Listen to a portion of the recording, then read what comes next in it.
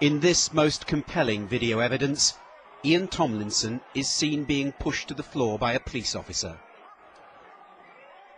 He falls heavily on his stomach.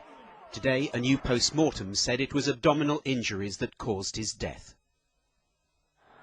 That conclusion contradicts an earlier post-mortem that suggested the 47-year-old newspaper seller died from a heart attack, and it piles further pressure on the Metropolitan Police, whose tactics in countering the G20 protests are already under the closest scrutiny.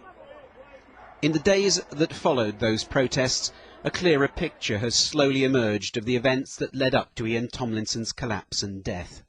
These pictures, filmed by an ITN crew, show a policeman approach Mr Tomlinson, baton raised, and forcibly strike him before knocking him over. Witnesses have said the newspaper seller was struck twice before being pushed down.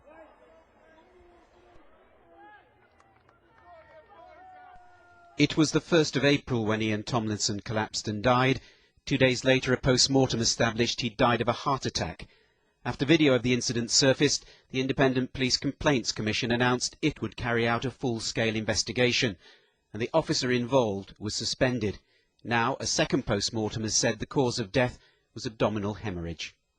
Obviously, the first post-mortem was relevant, but the second post-mortem, which refers to blood being in the abdomen, has completely changed the nature and the seriousness of the investigation, such that the investigation is now properly put as a manslaughter investigation. First we got told he died of a heart attack, it was natural causes, and then secondly, internal bleeding. It's not too, they don't match, do they? It's completely different findings.